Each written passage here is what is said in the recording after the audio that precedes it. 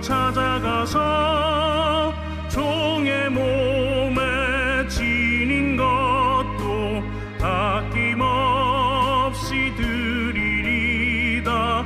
종의 몸에 지닌 것도 아낌없이 드리리다.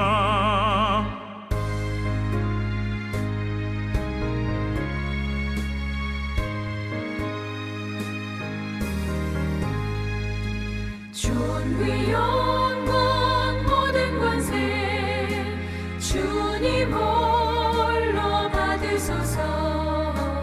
멸시천대 십자가는 제가 지고 가리다. 이름 없이 빛도 없이 감사하며 섬기리다. 이름 없이 빛도 없이 감사하며 섬기리다. 아멘.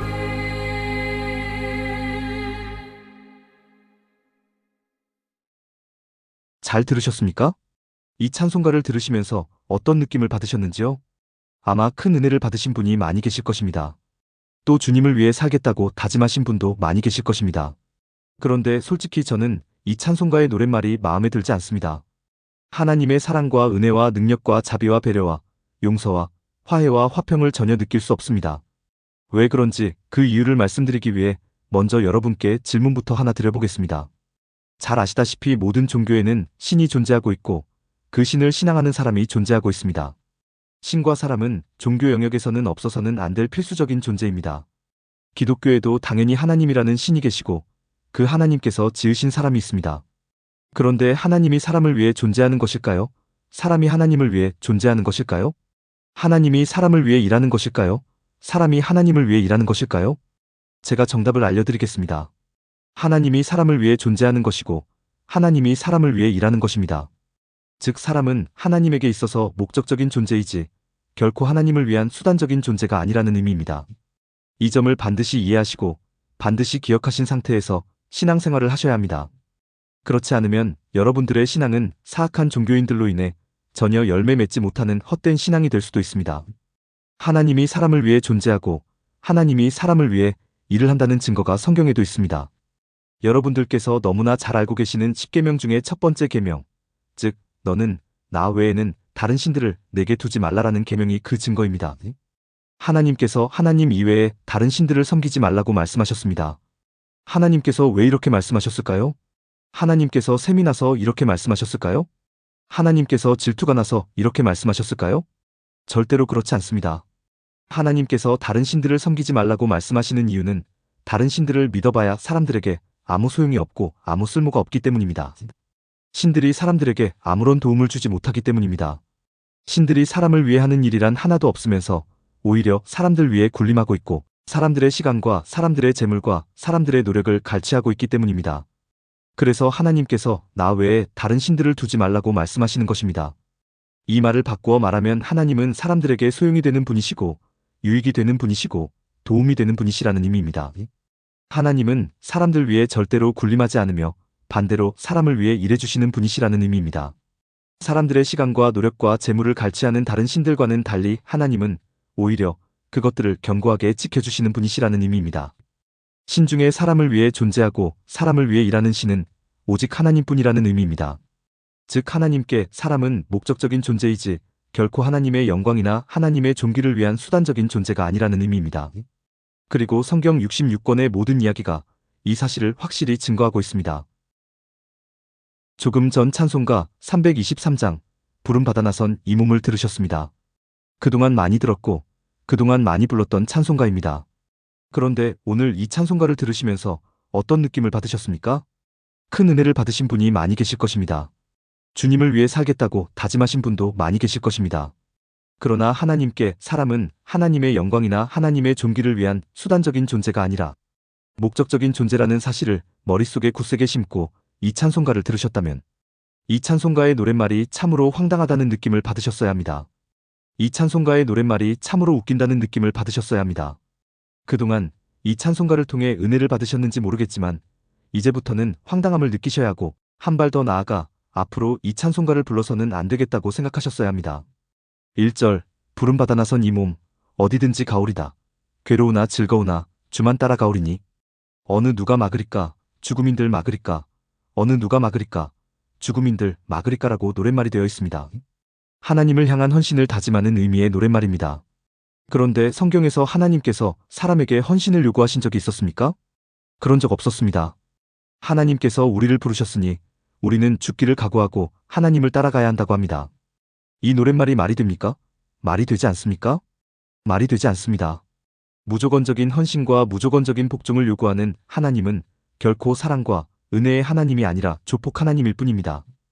2절 아골골짝 빈들에도 복음 들고 가오리다. 소돔 같은 거리에도 사랑 안고 찾아가서 종의 몸에 지닌 것도 아낌없이 드리리다. 종의 몸에 지닌 것도 아낌없이 드리리다라고 되어 있습니다. 여쭈어 보겠습니다. 하나님이 더 부자입니까? 사람이 더 부자입니까? 하나님이 더 부자입니다. 하나님의 사랑이 더 풍성합니까? 사람의 사랑이 더 풍성합니까? 하나님의 사랑이 더 풍성합니다. 그런데 많이 가진 하나님은 가만히 있고 조금 가진 사람들이 하나님을 위해 아낌없이 드리자고 합니다. 이런 황당한 경우가 어떻게 있을 수 있는지 잘 이해가 가지 않습니다. 이럴 거면 하나님은 왜 계신 것입니까? 3절 노랫말은 정말로 최악입니다. 존귀 영광 모든 권세 주님 홀로 받으소서 멸시천대 십자가는 제가 지고 가오리다. 이름 없이 빛도 없이 감사하며 섬기리다. 이름 없이 빛도 없이 감사하며 섬기리다라고 되어 있습니다. 사람은 멸시천대 받는 존재이고 하나님은 존귀 영광 받는 존재입니다. 하나님을 위해 사람이 십자가를 지는 존재입니다. 이러면 하나님은 어떤 분이 되십니까? 이러면 하나님은 사람에게 앵벌이 짓을 시키는 파렴치한 하나님이 되십니다. 사랑이나 은혜 이런 것들은 눈곱만큼도 찾아볼 수 없고 오직 하나님 자신의 유익과 하나님 자신의 이익만을 위해 사람을 갈취하고 사람을 착취하는 하나님이 되십니다. 우리의 하나님이 그런 하나님이신가요? 절대로 그렇지 않습니다. 저는 기독교 성도가 아닌 다른 종교를 가진 사람이나 혹은 아직 아무 종교도 가지고 있지 않은 사람이 이 찬송가를 들을까봐 솔직히 두렵습니다. 그 사람들의 눈에 하나님이 얼마나 이상한 존재로 보이겠습니까? 또 그 사람들의 눈에 그 이상한 하나님을 믿고 따르는 기독교 성도들은 얼마나 바보 같은 사람들로 보이겠습니까? 찬송가 한 곡이 기독교의 하나님을 이상한 하나님으로 만들고 찬송가 한 곡이 기독교 성도를 도라이 성도로 만들고 있는 것입니다. 나 외에는 다른 신들을 내게 두지 말라라는 말씀의 의미를 살펴보았습니다. 이 말씀의 의미는 오직 하나님만이 사람을 위해 존재하는 신이고 오직 하나님만이 사람을 위해 일해주시는 신이고 오직 하나님만이 사람에게 유익과 이익이 되는 신이고 오직 하나님만이 사람에게 도움이 되는 신이고 오직 하나님만이 사람의 행복을 책임질 수 있는 신이라는 의미라고 말씀드렸습니다. 따라서 존귀 영광 모든 권세주님 홀로 받으소서 멸시천대 십자가는 제가 지고 가오리다라는 노랫말이 들어간 찬송가 323장 부름 받아 나선 이 몸은 하나님을 왜곡하고 있고 성경을 왜곡하고 있기에 불러서는 안 되는 찬송가입니다. 제대로 된 기독교였다면 벌써 금지곡으로 선언해야 했습니다. 이런 말씀을 드리면 하나님께 존귀와 영광을 돌리자는 말씀들이 성경에 분명히 기록되어 있는데 그것들에 대해서는 어떻게 설명할 것인지 이 일을 제기하실 분이 분명히 계실 것입니다. 그러면서 아마도 이 두 가지 말씀을 예로 들며 이에 대한 설명을 요구할 것입니다.